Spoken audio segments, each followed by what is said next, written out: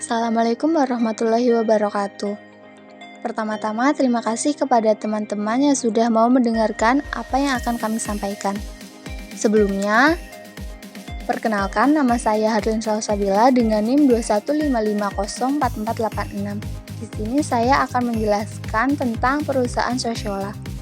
Sociola adalah perusahaan e-commerce kosmetik yang didirikan pada Maret 2015 dengan tujuan untuk mempermudah masyarakat Indonesia dalam mendapatkan akses untuk membeli berbagai produk kecantikan yang aman dan terpercaya.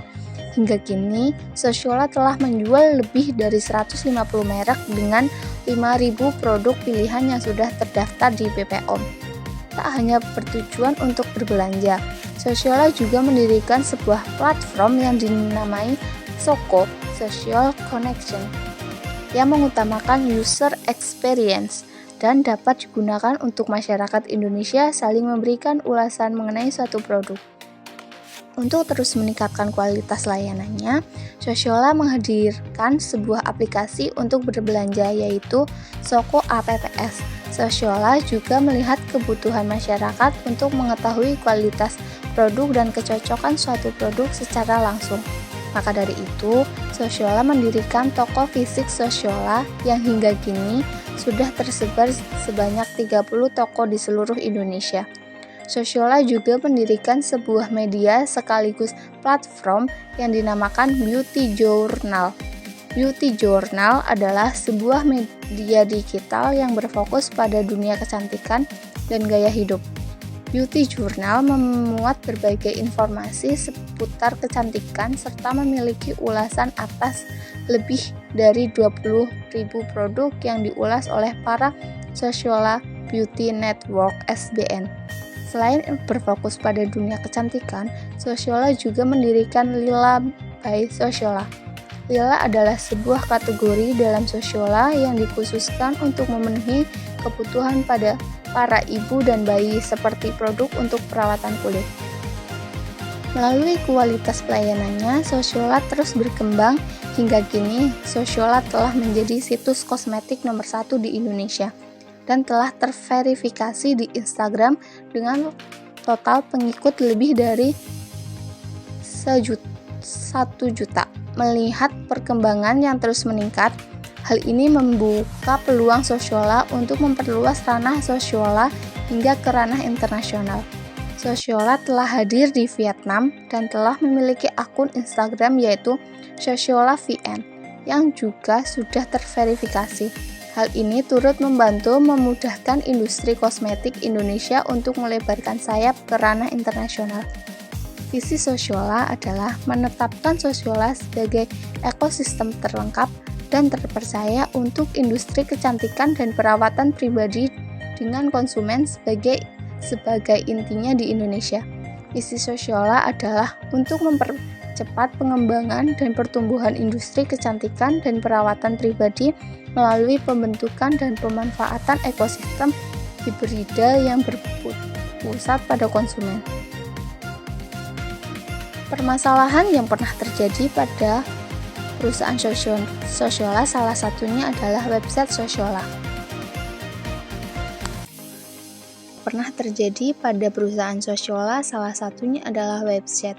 Setiap pengguna yang melakukan interaksi pada website Sociola merasa bahwa website Sociola memerlukan waktu yang cukup lama untuk setiap tugas yang dilakukan oleh pengguna dan sering terjadinya crash yang disebabkan oleh website Sociola. Dampak dari kesalahan sistem pada website Sociola yang berulang tersebut membuat banyaknya pengguna enggan melakukan aktivitas pada website.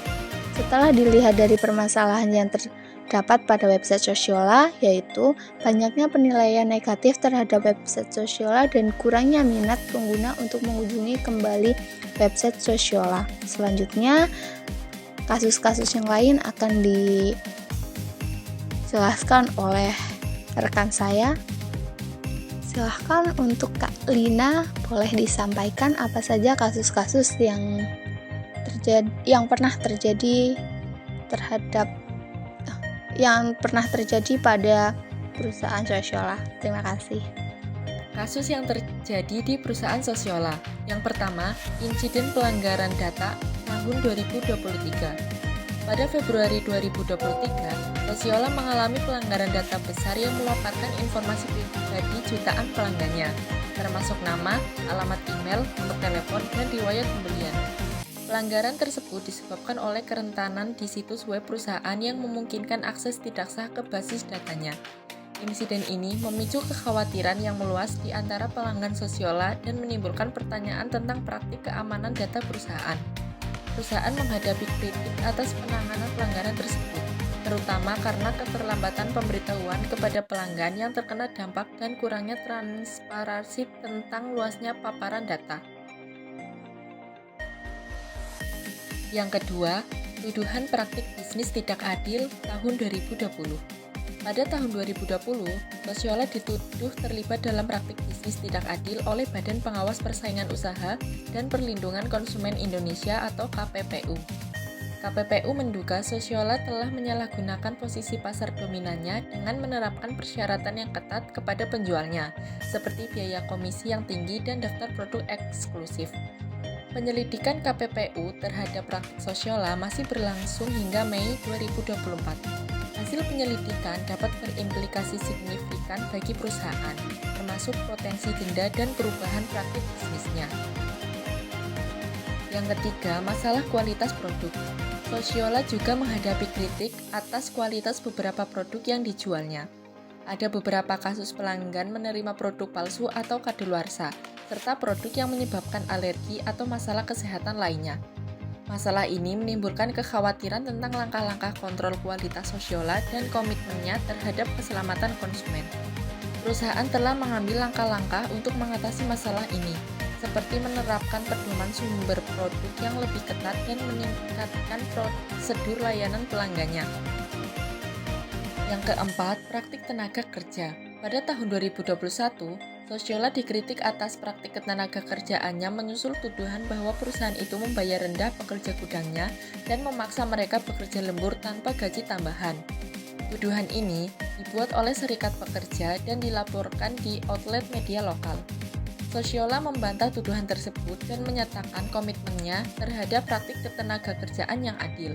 Namun, insiden tersebut menyoroti potensi eksploitasi tenaga kerja di industri e-commerce dan menimbulkan kekhawatiran tentang perlakuan Sosiola terhadap pekerjanya.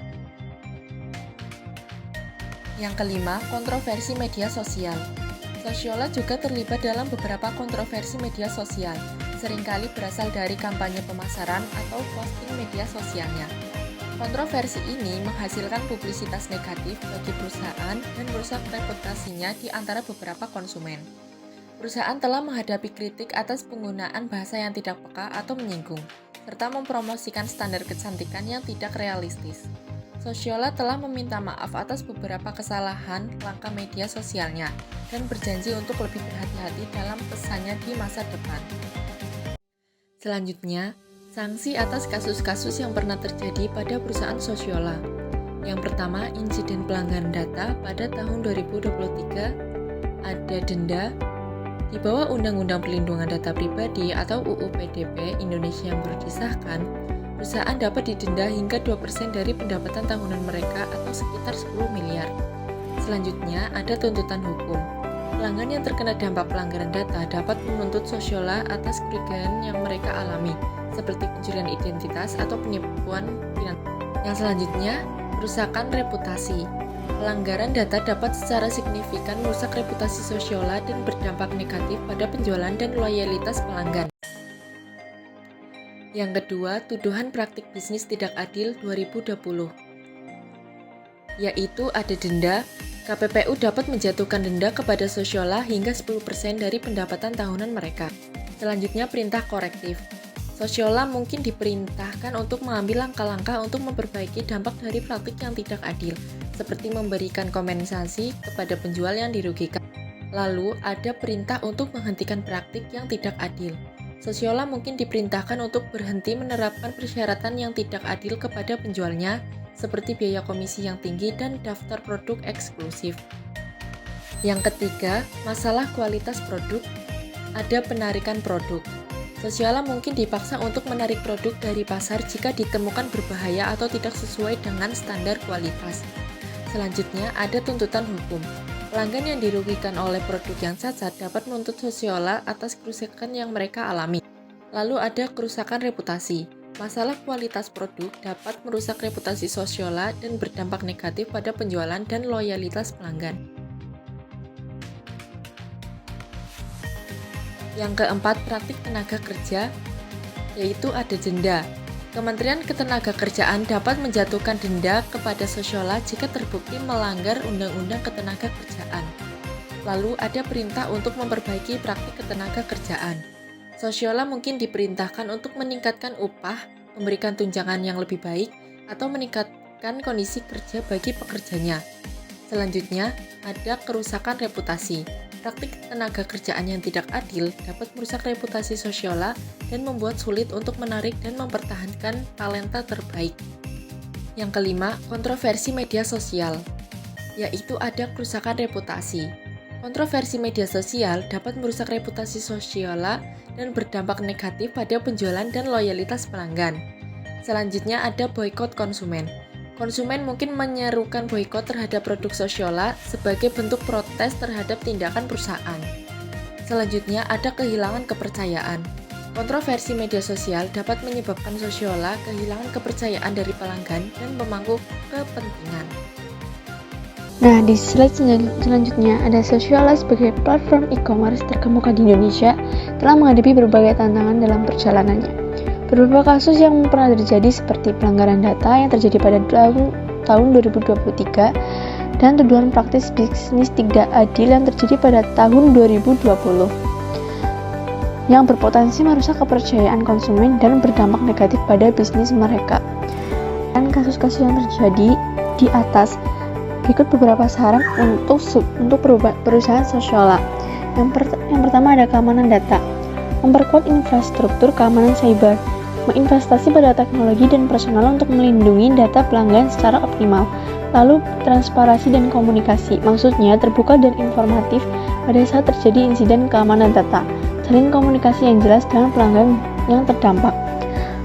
Lalu, mematuhi regulasi. Pastikan Sosiola mematuhi Undang-Undang Perlindungan Data Pribadi atau UU PDP di Indonesia. Lalu yang kedua ada praktik bisnis, menjalin hubungan baik dengan penjual, yaitu dengan menciptakan lingkungan bisnis yang adil dan saling menguntungkan dengan para penjual di platform Sosiola. Lalu mematuhi hukum persaingan usaha. Pastikan praktik bisnis Sosiola sesuai dengan regulasi yang ditetapkan oleh KPPU. Yang ketiga ada kualitas produk.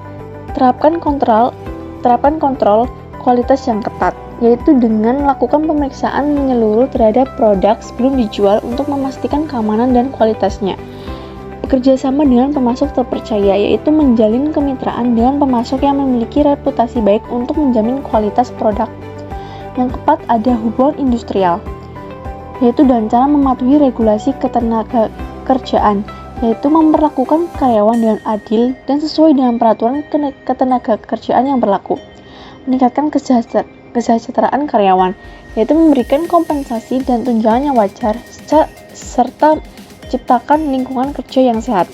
Dan terakhir, mengkomunikasi publik. Tanggung jawab sosial, yaitu dengan cara melibatkan diri dalam kegiatan positif dan beretika dan membangun citra perusahaan yang baik. Sensitivitas media sosial dengan lebih berhati-hati dalam merancang kampanye pemasaran dan konten media sosial untuk menghindari kontroversi. Dengan menerapkan saran-saran tersebut, kedepannya Sosiola dapat meningkatkan kepercayaan konsumen, membangun citra perusahaan yang lebih baik, dan terus berkembang di masa depan.